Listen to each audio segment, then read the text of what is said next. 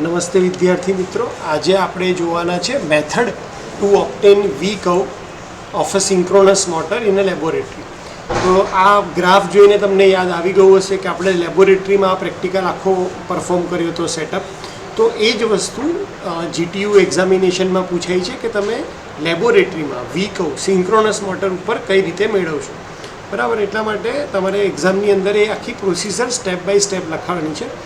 તો વી કર્વ એટલે આપણને ખ્યાલ છે કે વી કર્વ કોની વચ્ચેની રિલેશનશિપ છે, તો કે ફિલ્ડ કરંટ અને આર્મેચર કરંટ વચ્ચેનું રિલેશનશિપ છે, જેમાં આર્મેચર કરંટ સ્ટાર્ટિંગમાં શું થવાનો છે, ઘટવાનો છે, અને પછી એક પોઈન્ટ પર આવ્યા પછી ધીરે ધીરે વધવાનો છે.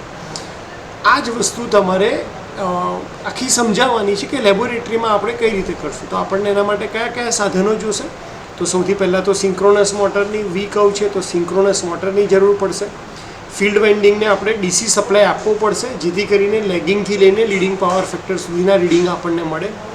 3 ફેઝ એસી સપ્લાયની જરૂર પડશે, કારણ કે આપણે પહેલાં મોટરને ઇન્ડક્શન મોટરની જેમ સ્ટાર્ટ કરવાના છે, એટલે એને ઇન્ડક્શન મોટર જેમ સપ્લાય આપવો પડે. તો 3 ફેઝ એસી સપ્લાયની જરૂર પડશે. આર્મેચર કરંટ મેજર કરવા માટે અને ફિલ્ડ કરંટ મેજર કરવા માટે આપણને એમીટરની જરૂર પડશે, અને વોલ્ટમીટર અને રિયોસ્ટેટની જરૂર પડશે, જેથી કરીને આપણે ફિલ્ડ કરંટને વેરી કરી શકીએ. તથા ટેકોમીટરથી જો તમારે સ્પીડ પણ સાથે સાથે માપવી હોય તો તમે માપી શકો છો.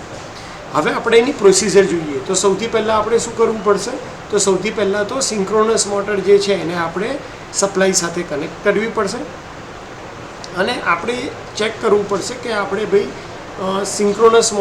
જે સિંક્રોનસ મોટર છે એને સ્ટાર્ટ કરવાની છે, તો એના માટે DOL સ્ટાર્ટર યુઝ કરશું કે પોની જનરેટર યુઝ કરશું, કે પછી બીજું કોઈ મિકેનિકલ ઇનપુટ આપણે એને આપશું, જેની મદદથી આપણી સિંક્રોનસ મોટર ઇન્ડક્શન મોટરની જેમ રોટેટ થાય. તો એક વખત એ રોટેશન પકડી લેશે. તમે આ 3 ઓપ્શનમાંથી કોઈ પણ એક ઓપ્શન લખી શકો છો કે અમે સિંક્રોનસ મોટરને પોની જનરેટરથી સ્ટાર્ટ કરીશું, અથવા સિંક્રોનસ મોટરની ઇન્ડક્શન મોટરની જેમ સ્ટાર્ટ કરશું, અથવા તો ડીસી મોટરની મદદથી અમે સિંક્રોનસ મોટરને પહેલાં સ્ટાર્ટ કરવાના છે. સ્ટાર્ટ કર્યા બાદ આપણે એને ફિલ્ડ એક્સાઇટેશન આપવું પડશે, એટલે કે ફિલ્ડને ડીસી સપ્લાય આપવો પડશે. તો ડીસી સપ્લાય આપવા માટે આપણે વેરિયેબલ વોલ્ટેજ સોર્સનો યુઝ કરી શકીએ, અથવા તો રિયોસ્ટેટની મદદથી આપણે ફિલ્ડ કરંટને વેરી કરવો પડે. આપણે ધ્યાન રાખશું કે આપણે મોટર ઉપર જે લોડ હશે એને કોન્સ્ટન્ટ જ રાખશું અને એને વેરી થવા દેશું નહીં, જેથી કરીને આપણને કેરેક્ટરિસ્ટિક્સ પ્રોપર મળે.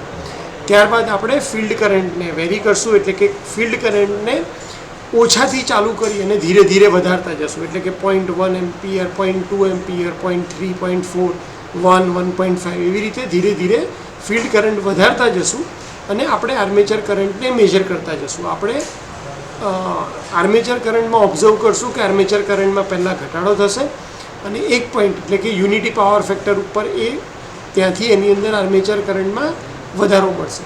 અને આ જે રીડિંગ આપણે પ્લોટ કરશું ફિલ્ડ કરંટ વર્સિસ આર્મેચર કરંટના, તો આપણને વી કર્વ જેવો શેપ આવશે, અને જેને આપણે વી કર્વના નામથી ઓળખીએ છીએ.